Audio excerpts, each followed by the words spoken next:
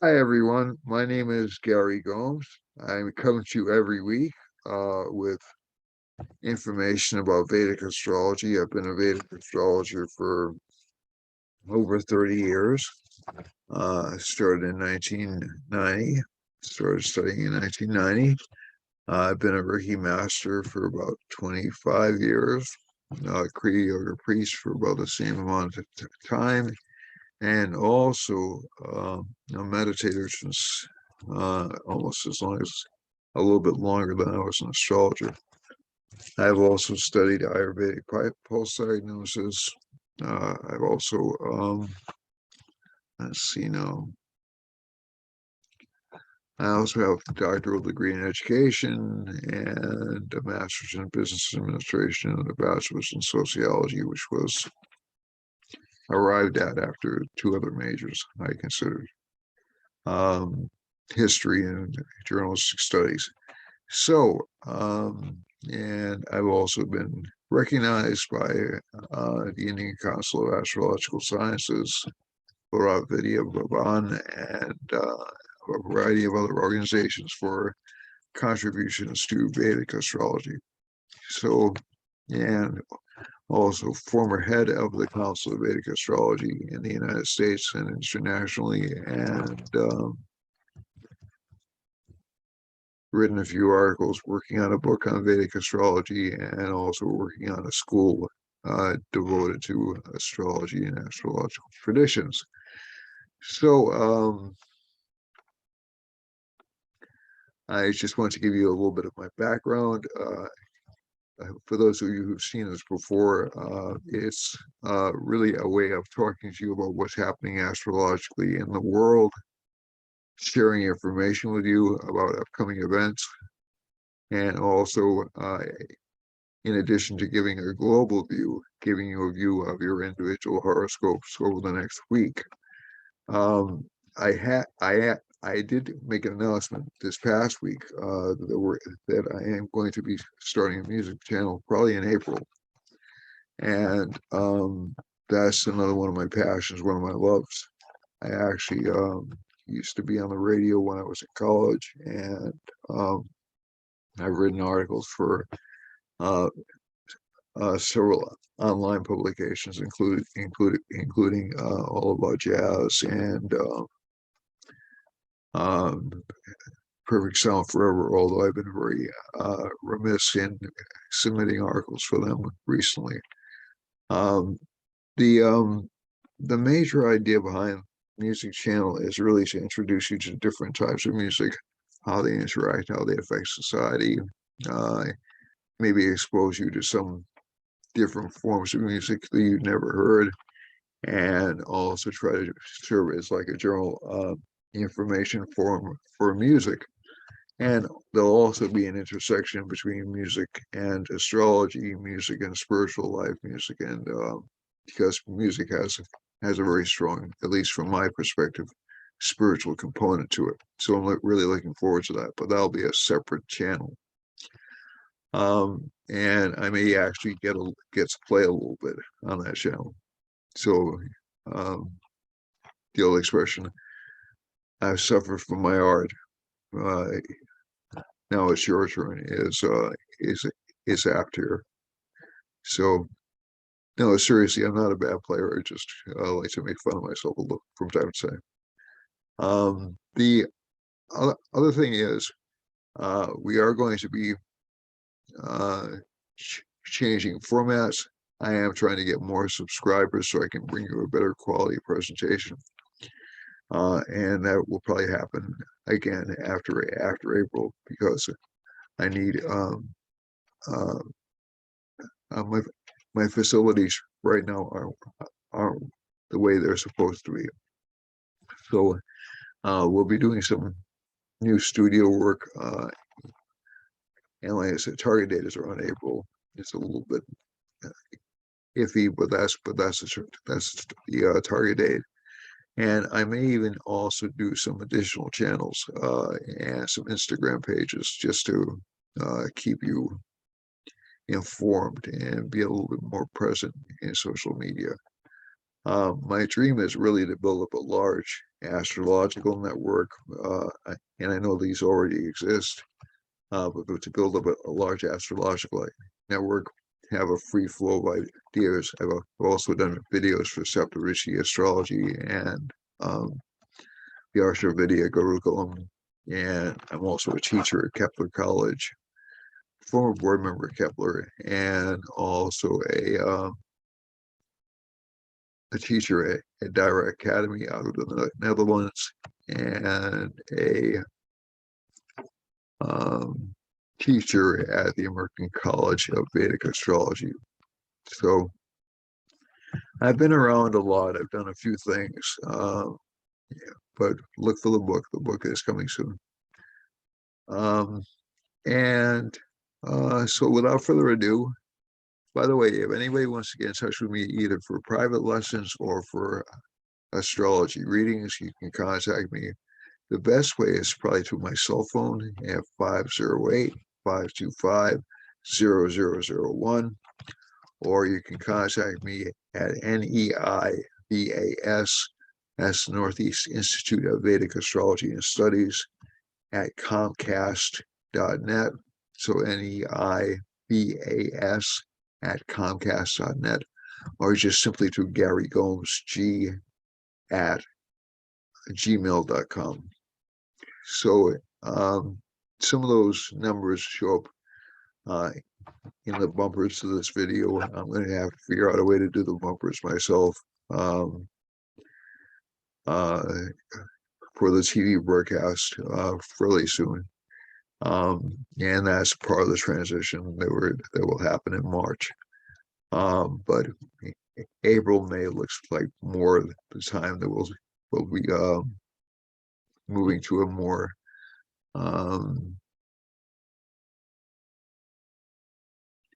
less ethereal format. So you see this floating head over the earth. And while I like this image, I'd rather give you higher quality videos than this. And I should be in a position to do that relatively soon. A few months we're talking about. So that having been said, I will also share some charts for you today. Today we're going to look at specific country charts. We're going to look at US, China, and Russia, just because those are big countries in the news right now.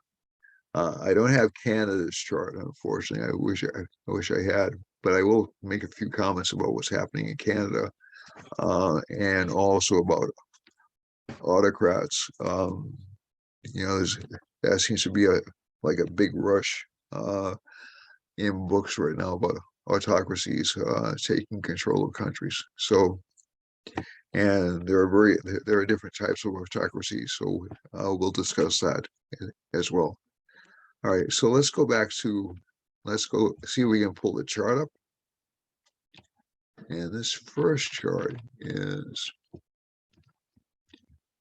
Russia. Okay, so I'm going to stop this share and go back again because the first share doesn't always show up when I'm screen sharing, and hopefully this will stick up. So this is Russia's chart, and Russia has approximately. So Russia is kind of an interesting chart. And it's got Mars and Mercury in the first house. So it's basically, that would state it as being a fairly deceptive country. You know, I think I can say without fear of contradiction. Rahu is with Sun in the second house, in Mula Nakshatra for the Sun, and Rahu is in Purashada Nakshatra. Now, I'm going to focus on those two houses mainly because I think this is interesting from Russia's perspective. So we have a couple of important. So right now, Russia's in a Sun Mahadasha, so it's really in kind of an expansive period. and it's been this expansive period. It sort of explains why they were aligned or thought to have been aligned with Donald Trump, because his son is Donald Trump has a Sun Rahu conjunction in his chart. But if you look really carefully at this chart, they're going to be hitting a Mercury major planetary period or a Moon major planetary period pretty soon. So actually, the Sun Mahadasha has been troublesome for them since 2017. It's given a lot of interference in foreign countries. It's been, they've been essentially basically what I would call a troublemaker state. They're greedy, I'm not making any excuses for them. They're greedy. This is in a house, and Sun is in a disruptive nakshatra. Okay, it's in a very aggressive nakshatra. Now, if we go over here, we see they're in a Mercury subperiod. Mercury was their 11th and their 8th houses. So that's a time of game, but also a time of what I would call inner defeat. So they have a lot of forces working against them internally. So they're essentially struggling to maintain a structure. They're in a Mercury subperiod because the 8th house is essentially it's like being in prison, basically. It's good for occult matters. It's good for doing things behind the scenes. And they have been involved in a lot of cyber warfare. That's definitely true. But also the 8th house is just, it's really can't leverage itself to get to make anything last. And it's in a Moon subperiod, so it's thinking about what it wants to do. Right now, it's sort of at an advantage. It'll be in a Mars subperiod starting on March 3rd. So if there were any time we would expect them to invade or to actually go into the Ukraine, it would be around this time, around March 3rd. I don't think this is going to happen, mainly because Venus is defeating Mars in planetary war, at least for the next week or so. And I think when that happens, there's more of a tendency to essentially try to negotiate trade, try to negotiate policies. Plus, and you're not seeing this in the chart that I'm showing you, K2, I'm going to stop the share again. K2 is passing over their first house. So essentially, they really don't know what they want to do right now. They know they're riled up, and it's interesting because at least according to the information I have, they have the same rising sign as President Biden does. So there's certainly a karmic link between the two of them. But it doesn't seem to me that, at least from this chart, that they'll have the confidence to engage in any kind of an attack until really late March. And even then, the Mahadashas really don't favor it because they'll be in a Rahu subperiod right around then, and then in a Jupiter subperiod right around then. But I think the interesting thing is, in terms of influence and power, you'll actually see the Russians gain power as we go to December 11th, 2023, because they enter an entirely new major planetary period. And the moon is with Jupiter. They'll actually become prosperous. They'll become essentially a good actor on the world stage. So I'm not guaranteeing that. Like I said, this combination up here does indicate they can't be trusted. And the Lord of this sign is that sun with Rahu. So I'm saying that with some hesitation but it does look like they're poised for more wealth when they enter the moon Mahadasha, more partnerships, and better overall luck.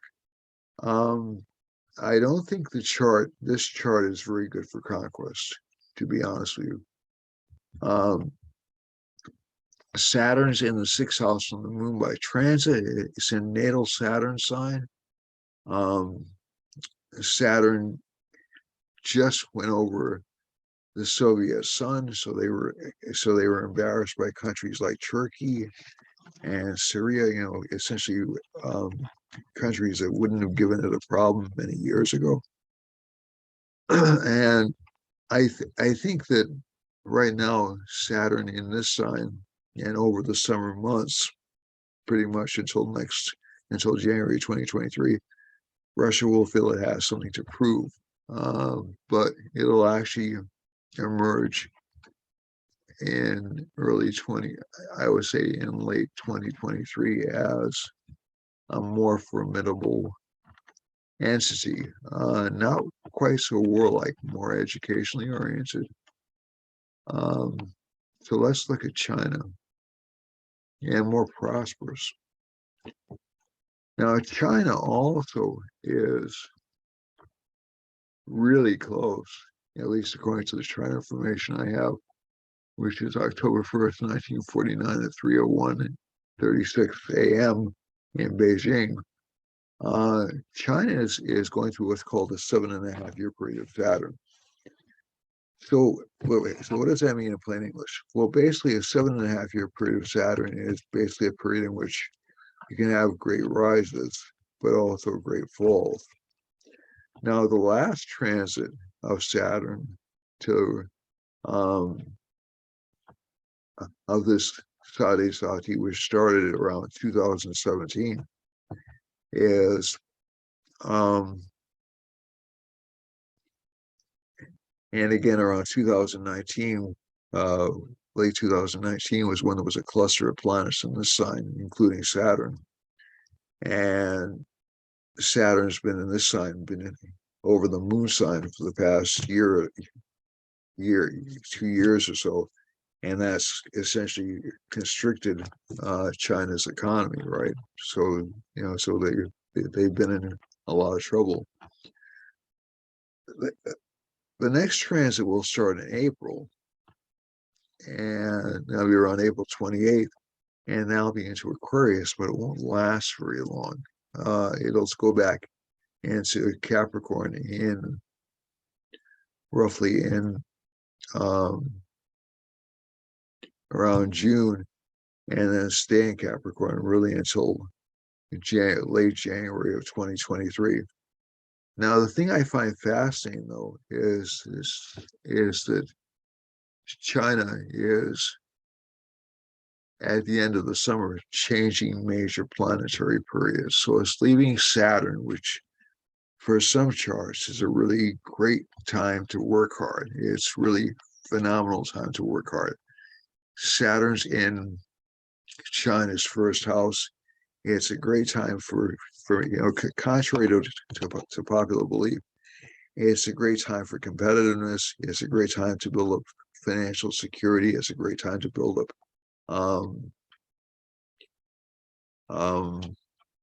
wealth, okay? Because it's an industrious planet. Mercury is more connected with trade.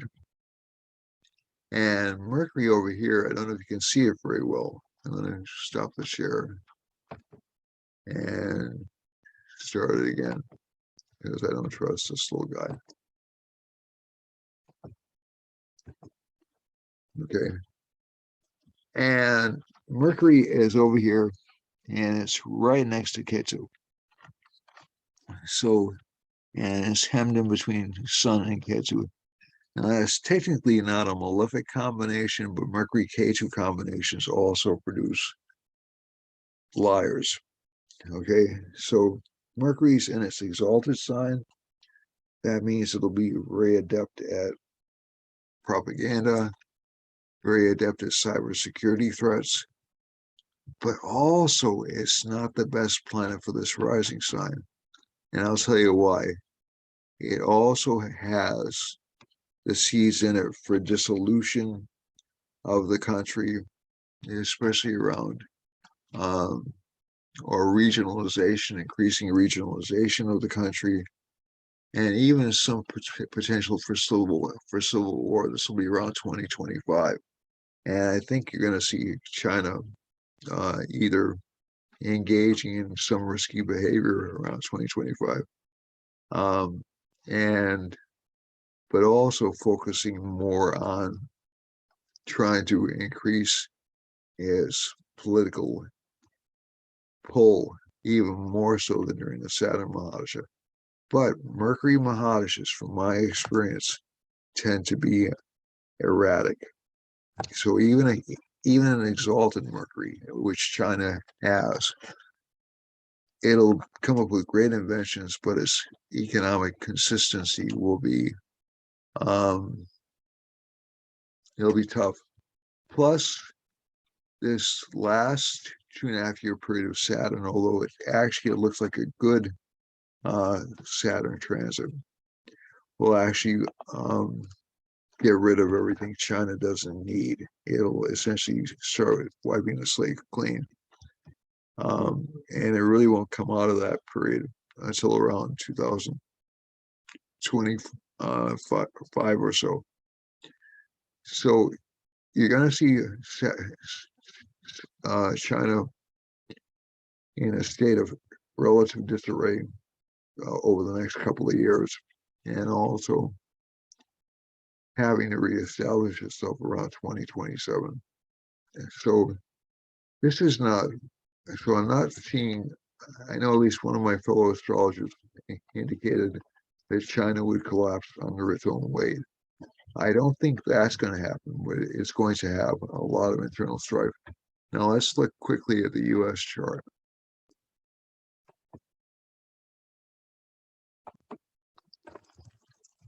So we looked at this chart before, and there is some dispute over it, but I have noticed it tends to work pretty well. So right now we're in a Rahu, Saturn, Venus subperiod. So Venus is not a friendly planet to this rising sign. This is a Sagittarius rising sign. Also, the United States has been in what's called a 7.5 year period of Saturn since basically 2000, around May of 2019, and it's been afflicting one of the disease-giving planets, namely Ketu. But I also tend to think that just given the nature of the Mahadashas, the United States leaves its Ketu subperiod, or leaves its Venus subperiod around May 3rd and enters the Sun period. And the Sun is well placed in this chart. It's exalted in the Navamsha, as you see. Venus is in the 8th house, so that explains, a lot of the lockups, a lot of the feelings of oppression and unrest. And the Saturn period itself tends to be really difficult for the United States economically. I've looked at it in the past. After 2023, though, we'll hit a Rahu Mercury subperiod, and that should rejuvenate the economy. It'll give a lot of technological innovation, a lot of inventions. But that 7.5 year period of Saturn, this will be a period in which it's not only in a Rahu major planetary period, which is very problematic in and of itself, but it's also, and it gives a lot of civil strife, which will end roughly around April, but it'll also cause additional problems. There'll be additional burdens, additional struggles for power in the United States, I would say, over the next couple of years. And most of those fought through the media between now and 2026. So it still doesn't look to me like an easy ride for the United States. I mean, the pandemic will largely be over by April, May, and there'll be what I would call bumps in COVID, but nothing like what we saw over the past couple of years. So I think that although COVID is largely past, the United States public image will. I'm trying to think, sort of like in the 1990s. So the last time we had a transit like this was in the 1990s. The time before that, we had a transit like this was in the 1960s. So for those of you who don't remember the 1960s, it was another nodal dasha, Ketu, and it was also a 7.5 year period of Saturn. So that caused a lot of international shame to the United States. It caused a lot of international or a lot of perception the United States was falling apart. It was just a perception. The nodes usually don't destroy anything by themselves. Usually you need a planet like Saturn to do that. But the inflationary pressure will continue over the next couple of years. That's not going to go away anytime soon. And I think one of the things you're going to see is, especially right now, Jupiter's in the same sign with the moon. Jupiter goes to the second house. So as I said, I think we're going to hit some kind of a tipping point around April, but I don't think it's going to be that catastrophic a tipping point. And you'll also see, because the moon is in Aquarius, you'll also see a struggle for power over the next few years. Now, this is going to lead us to the conversation about elites, and I just want to express my own personal opinion. Every society has elites, okay? So a lot of the stuff about autocracies taking over in different countries, I think one of the things that we ignore is that autocracies essentially have never really gone out of control or abdicated control. So if we're talking about, so at least in different societies, the main thing we want to focus on is not really autocracies running things, which they always have. So you have a large business and inherited class structure around the world. It's not unique to the United States, but essentially, you're looking at a battle of what I would call two elites or two control groups. One would be fairly conservative. They would be interested in maintaining the society pretty much as a free enterprise society, or as a society which stresses individual freedoms or liberties. And the other side would be more interested in trying to at least attempt to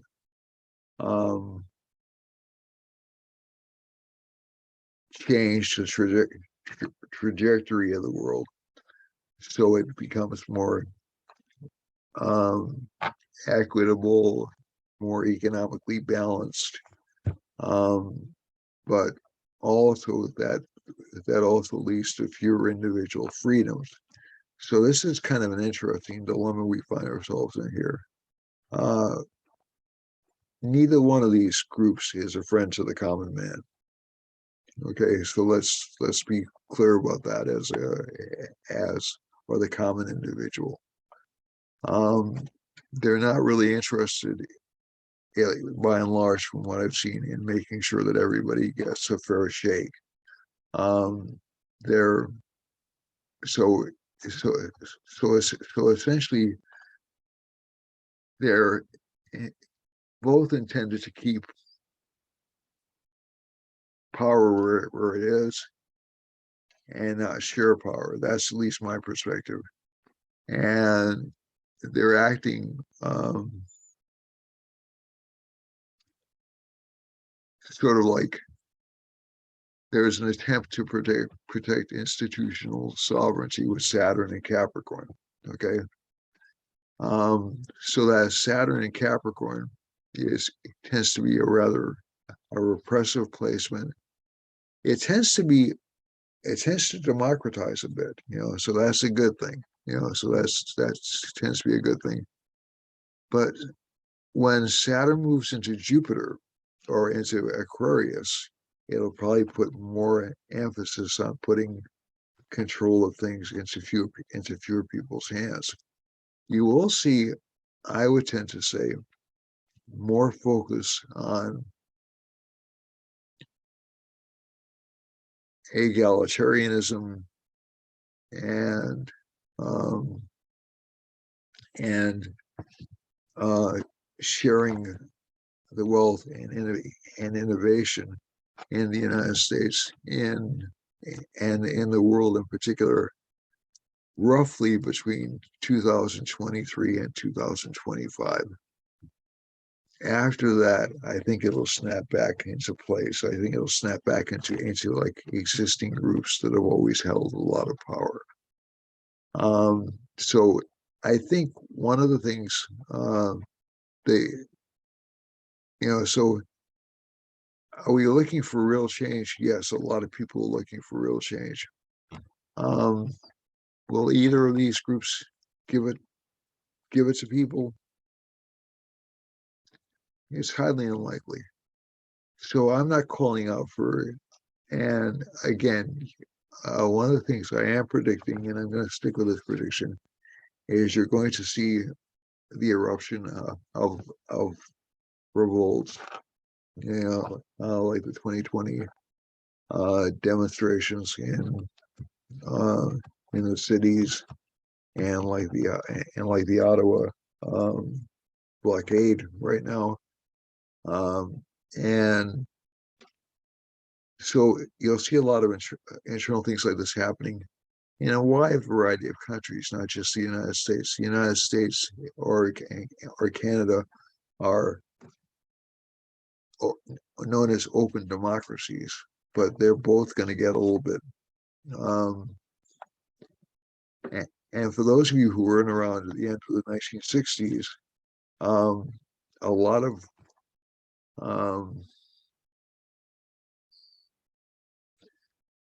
trying to think of a nice way to put this. Richard Nixon was elected on a law and order campaign. That was how he got voted into office. And so you're probably going to see these structures more and more under attack, especially as you go towards 2025 to 2028. And I think you'll see a very repressive government coming in the United States in 2028. Not a Trump style government, not a Democratic style government, just a more repressive style government coming in 2028. I hope I'm wrong about that. But that'll be the tipping point year. It's not right around the corner. It's about 6 years into the future. And I think it's all up to all of us to start to talk to each other civilly, so that eventuality never occurs. I think it can be avoided. I think it can be a great time of spiritual development. You'll see a lot of spiritual movements pick up towards 2028 into the 2030s. And I think I think that's where our opportunity is coming. Our opportunity to change things is right now, not with the next election, not with now it's 2022, now it's 2024, not with now it's 2028, but right now. Okay, so because otherwise people will start to get people on both sides will start to feel more threatened. There'll be more person on person violence. Okay, so let's go to the astrocartography layout. This will be a little bit briefer than I do because I take up a lot of time looking at those three charts. And I'm going to stop the share again because I don't trust this program to do the right thing. Yeah. All right. So where are the trouble spots? Well, the trouble spots are, at least according to the chart. Oh, let's look at the chart first of all. I apologize. Okay, so let's go out of this for a second. The chart. And let me pull myself back up.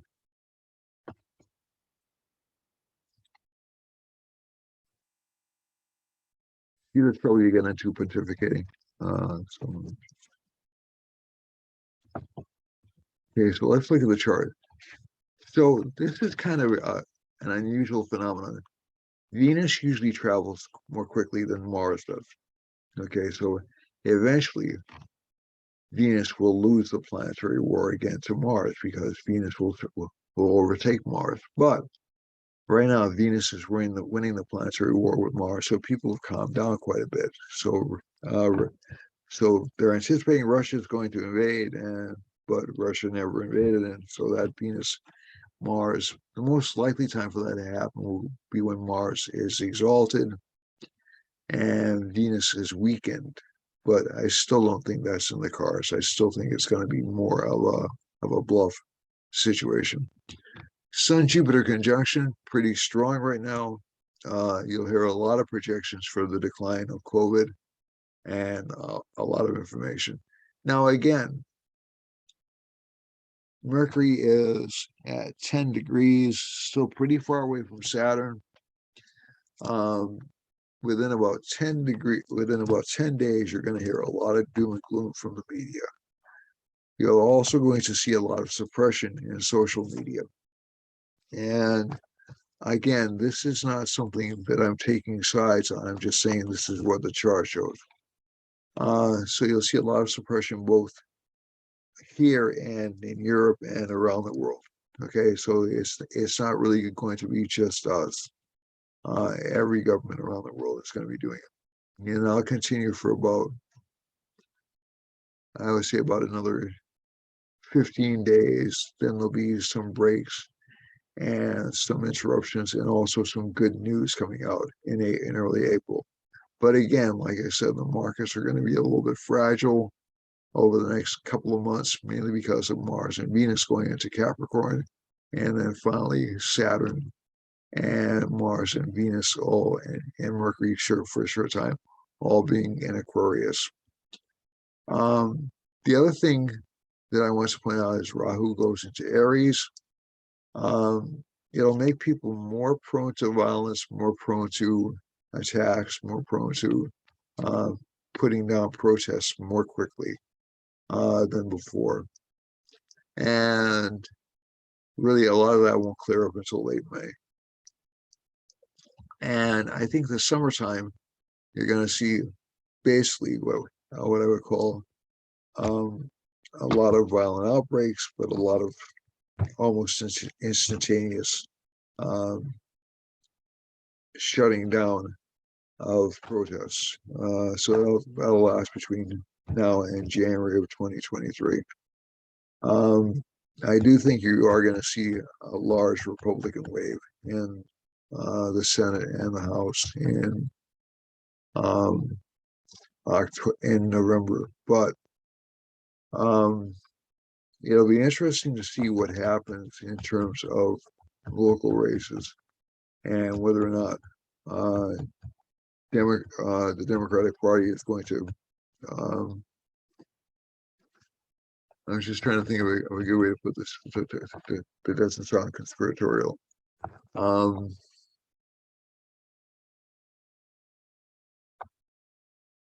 Delay or restrict elections due to the potential for violence. And this is something which was toyed with during the Trump administration.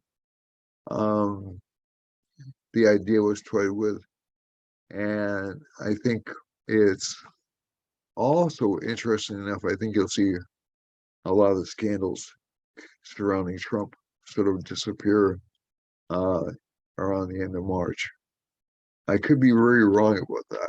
It's just, but that's just what I think is going to happen when Rahu goes to Aries. But also, he'll lose a great deal of power. Okay, so that's something to keep in mind. He won't get off without a loss of influence. The other thing is, if we have this kind of a chart, expect a lot of storms, a lot of opposition, and again, to me, it looks like a fairly disruptive summer, and especially disruptive over the next couple of months, and also disruptive in terms of supply chain. So, like I said, the inflationary pattern is not going to go away anytime soon. So let's look at the chart. Stop the share, go back, and start the share again, and pull up a time and space chart. So where can we expect disruption? Okay, so the sun is over here next to Jupiter in the Pacific Ocean. That's not going to cause really very much of anything, I don't think. The moon line is near Hawaii. The part where I think we're going to see the most panic or the most disruption, and also probably the most misinformation, is between Western Canada and California and Oregon and Washington. So there'll be reports of threats or violence. Also, you'll see some, I would say, natural catastrophes occurring in Western Mexico, up through New Mexico, up into and including Montana and Nebraska. There's a Sun-Jupiter line hitting eastern Texas to Louisiana and all the way to Georgia. And that actually looks like the governments are going to be pretty, and this includes Michigan through Wisconsin. So those governmental structures will be in pretty good shape. There is a Mars line hovering really close to through Maine, New Hampshire, close to Massachusetts, where I am, and also going down into Brazil. So you may see some disruptions in that part of the world. There is a Saturn line going down close to Cape Verde and also close to the Azores. And so that could indicate some economic problems for them. A Rahu line going next to Iceland, close to Portugal and Spain, and also a descending Jupiter line going through England. So That's good for England. That's good for Europe. That's good for France.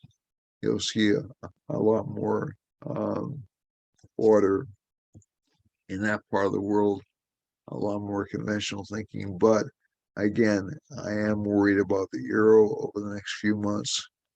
And so I haven't changed in that opinion.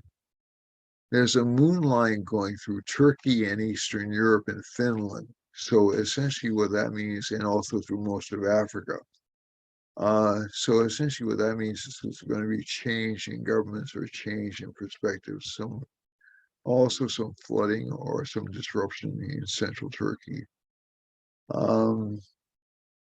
There are some Venus and Mars lines going through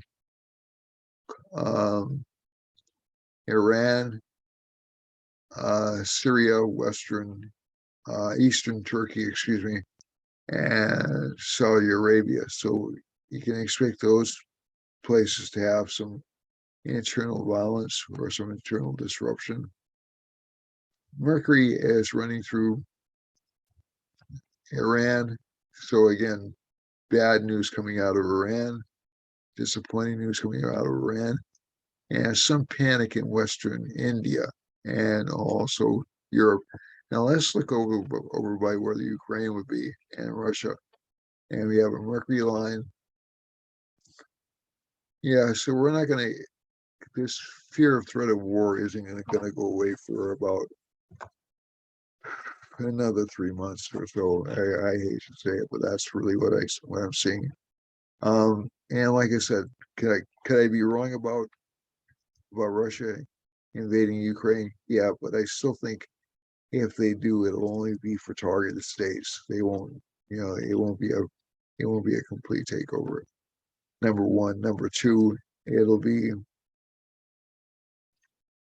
stopped basically. They'll just take away a little bit of territory. It'll be stopped, and they'll have economic consequences, which won't last long. I am kind of worried about this Rahu line though through Western India, and there's also a Rahu line coming close to Eastern India. So that's really not. I'm sorry, there's a Saturn line going through to Western India, which indicates illness and poverty and disease, and a Rahu line and a Sun line indicating government excessive government action. This is also true in China. This is the Tibetan Plateau and also Russia. And there's a Jupiter line going through Burma, Myanmar, what used to be called Burma, Laos, and Thailand, and heading down into the tip of Indonesia. So that Jupiter line will indicate recovery of these economies. The moon line indicates some negative publicity for China, going through the Philippines and going through Borneo and into Australia. We have a Mars line and a Venus line intersecting over here, which is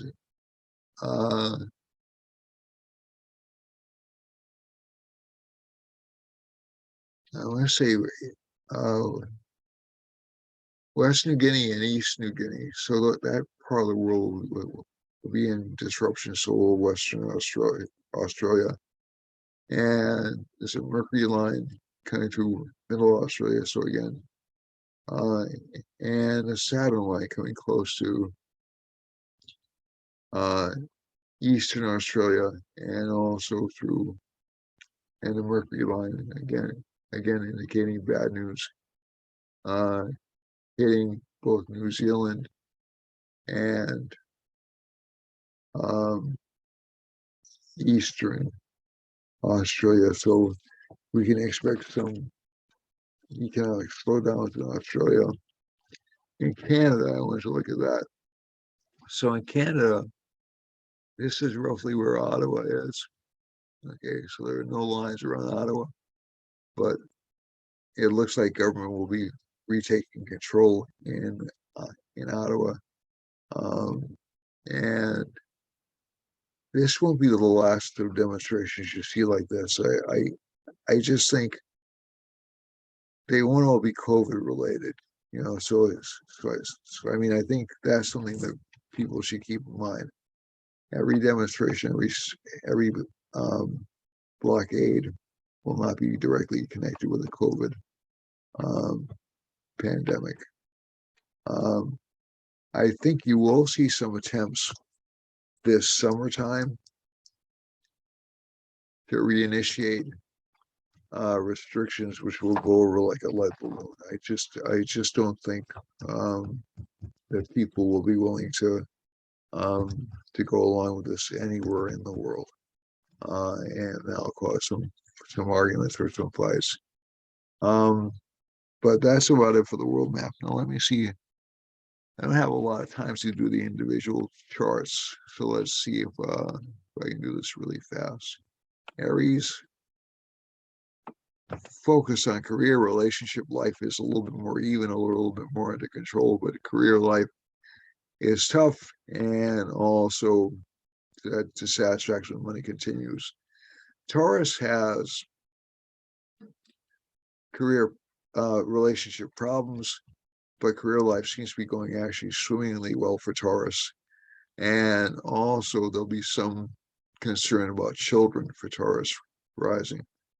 For Gemini, Gemini has Venus and Mars in the seventh house, so relationship life will be passionate, it will be full of life, but there'll still be some problems with this cluster of planets, some problems connected with depression and with feelings of self-worth, and some delays in economic aid until Mercury enters Aries. So that will persist for about another couple of weeks. For Cancer, Cancer has a lot of relationship problems, especially with communications, and also there are some problems in terms of home life, arguments, and also feeling of being trapped in relationships. For Leo, Leo has Jupiter and Sun in the seventh house. Relationship life is a strong focus for this sign right now. And also money should be much better for Leo this month. For Virgo, Virgo has the moon in it right now. It's at 13 degrees, which is right in the middle of the sign. So the moon is very strong. It'll give good discriminative ability, good ability to learn. Venus and Mars are in the fourth house. So again, some difficulty with construction, but it's going apace. And Jupiter and Sun are in the sixth house. So again, some difficulty with relationship life, but not as bad as before. For Libra, Libra has K2 in the second house. So again, not really listened to, not really all that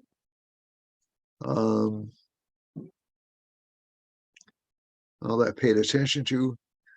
But K2, but the yogi points in the first house, which is a wealth producing house, so that's actually good. K2 is at 2 degrees 16 minutes of the second house, so its influence on the second house is waning, so that should be good. Saturn, Mercury, and Sri Lagna are in the fourth house, so even though home life is a little bit constrained or tight or restricted right now, is showing some sign of producing financial growth. And the Venus-Mars conjunction gives good opportunity for creative life. Jupiter's in the fifth, good for romantic involvements. K2 is in the first house, and Scorpio has been there for a while, as we know from the past. But Venus and Mars are in the second house. Those are both wealth-producing planets for this rising sign. And Mars and Saturn Mercury and Saturn are in the third house. So again, communication skills are a little bit limited for this sign, but they will get better as time goes on. Jupiter and Sun home life is relatively pleasant. Rahu's in the seventh, dissatisfaction with the relationship life, but not enough to get to back out of a marriage. Good for financial gains with the moon in the 11th house. Sagittarius, Venus and Mars are in the first house. Moon is in the 10th house, good for career growth. Saturn and Mercury are in the second house, and Jupiter and Sun are in the third house. So this planet gets very skilled at presenting its argument, or this sign gets very skilled at presenting its arguments. Rahu's in the sixth house. He'll have to watch out for diseases, obviously. But essentially, this is a better month for Sagittarius than we've seen for a long time. Saturn and Mercury are in the first house for Capricorn. Again, that control of the press, of media, is very strong right now.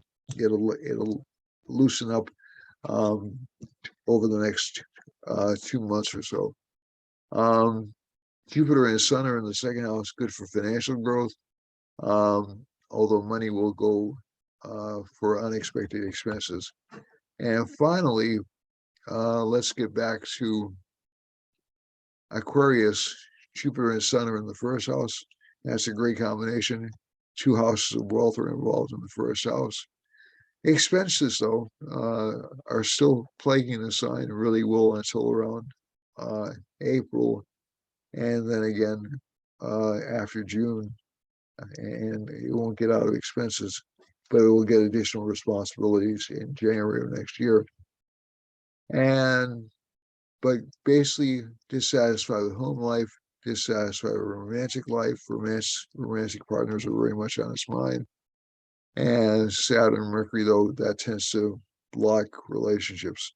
But new friends and new creative opportunities are present. New female friends or male friends are present, depending on your gender. Finally, Pisces is in the first house. Pisces, first house, Lord is in the second house, is in the 12th house, excuse me, along with the Lord of the sixth house. So that creates what's called a Viprit Raj Yoga. So essentially enemies are defeated or lost. But again, this sign is still a little bit shy, or still feels a little bit constrained. Saturn is in the 11th house, aspecting the first, so this sign will feel like it has a lot of work, a lot of responsibilities. Venus and Mars are in the 10th house, so good career advancement. Ketu's in the 9th house, still difficult bosses. Moon is in the 7th house, some possible change in relationship life. And Rahu's in the 3rd house, good for ambition, good for grabbing what you want. So that's it for this week. I'm going to say with a prayer, I hope everything recorded. And I love you all. I want to wish you all the best of luck. And we'll see you next week. Namaste. My love to you all. And be safe. And talk to your neighbors, please. Okay. Thanks a lot, folks. Bye-bye. 508-525-0001. Please share, like, subscribe. It helps my goals. And it will help me bring more services to you. Thank you very much. Namaste. Bye-bye, everyone. I'll see you next week.